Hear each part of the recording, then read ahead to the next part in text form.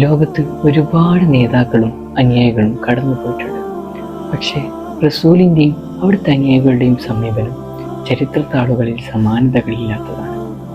നേതൃത്വത്തിൻ്റെ അലങ്കാരവും ഉത്തരവാദിത്വത്തിൻ്റെ അഹങ്കാരവും ഒരണുമണി തൂക്കം പോലും അവിടുത്തെ ജീവിതത്തിൽ നിന്നും അന്യമായിരുന്നു.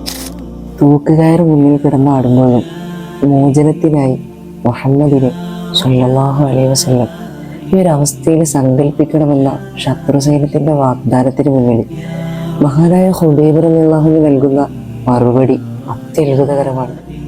അവിടെ അദ്ദേഹം പറയുന്നുണ്ട്, ഈ ഒരു തൂക്കുകയറിൽ റസൂലുള്ളാഹിനെ സങ്കല്പിക്കുക പോയിട്ട് അവിടുത്തെ കാലിലൊരു മുള്ള് തറക്കുന്നത് പോലും എനിക്കിഷ്ടമല്ല എന്ന് പറഞ്ഞ് പുഞ്ചിരിയോടുകൂടെ തൂക്കുകയർ ഏറ്റുവാങ്ങിയ ഒരനുയായി.